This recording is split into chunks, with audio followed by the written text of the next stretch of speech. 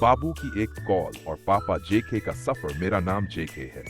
मैं रोज की तरह सुबह जल्दी उठकर ऑफिस के लिए निकल गया था। उस दिन भी सब कुछ बिल्कुल सामान्य था। ऑफिस में काम का बहुत ज्यादा दबाव था।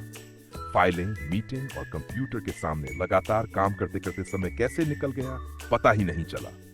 दोपहर के करीब मेरा मोबाइल बजा। स्क्रीन पर मेरे छोटे से बाबू का नाम चमक रहा था।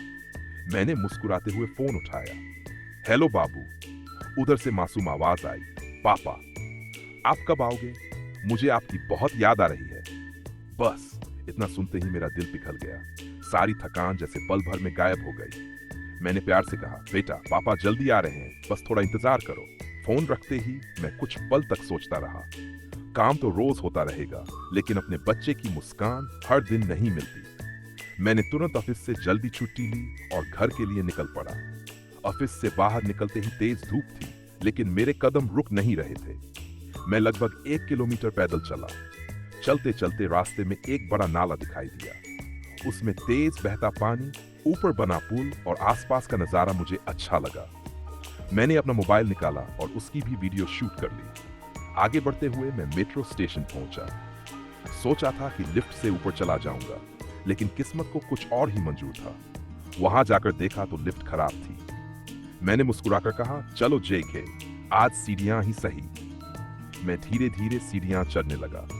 ऊपर पहुंचते पहुंचते सांस थोड़ी तेज हो गई, लेकिन मन में सिर्फ एक ही बात थी, जल्दी से बाबू के पास पहुंचना है। अब बारी थी मेट्रो कार्ड टैप करने की। मैंने कार्ड मशीन पर लगाया। बीप, स्क्रीन पर लिखा आया, इनसफिशिएंट बैलेंस। मैंने माथे पर हाथ मार लिया। अरे यार, आज ही पैसे खत्म होने थे। फिर मैं तुरंत रिचार्ज मशीन के पास गया और $5 का रिचार्ज करा लिया। अब रास्ता साफ था। मैं प्लेटफॉर्म पर पहुंचा। मेट्रो आने में अभी थोड़ा समय था। मैं वहीं खड़ा होकर लोगों को देखता रहा। कोई मोबाइल चला रहा था, कोई किताब पढ़ रहा था, तो कोई जल्दी में इधर उधर भाग रहा था। कुछ मिनट बाद दूर से मेट्रो आती दिखाई दी। दरवाजे खुले और मैं अंदर चला गया। मेट्रो के अंदर ठंडी हवा चल रही थी। पूरा डिब्बा साफ सुथरा था। मैंने खिड़की के पास जगह पकड़ ली। मुझे वीडियो बनाना बहुत पसंद है, इसलिए मैंने मेट्रो के अंदर और बाहर के सुंदर नजारों की रिकॉर्डिंग शुरू कर दी। सुरंग, स्टेशन, तेज रफ्तार से भागती ट्रेन और बाहर दिखाई देती ऊंची इमारतें, सब कुछ कैमरे में कैद करता गया। कई लोग मुझे देखकर मुस्कुरा रहे थे। कुछ लोग सोच रहे होंगे कि हल्डका आखिर क्या कर रहा है, लेकिन मुझे किसी की परवाह नहीं थी।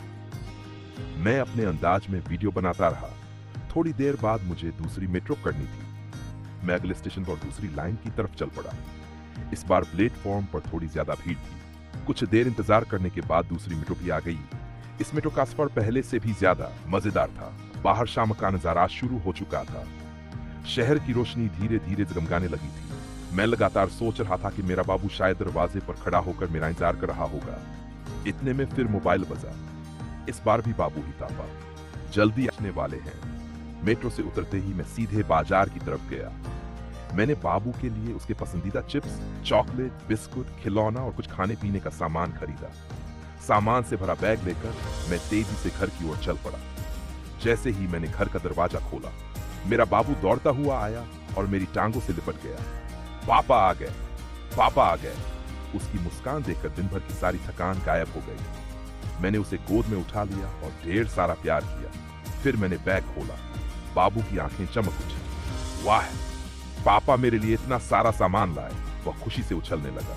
तभी मेरी घरवाली मुस्कुराते हुए बोली, आज इतनी जल्दी कैसे आ गए? मैंने हंसते हुए कहा, अरे हमारे बाबू का फोन आया था। उसने कहा कि पापा जल्दी आओ। बस फिर क्या था, मैं सब काम छोड़कर चला आया। मेरी बात सुनकर वह भी मुस्कुरा दी। उस शाम हम तीनों ने साथ बैठकर चाय पी।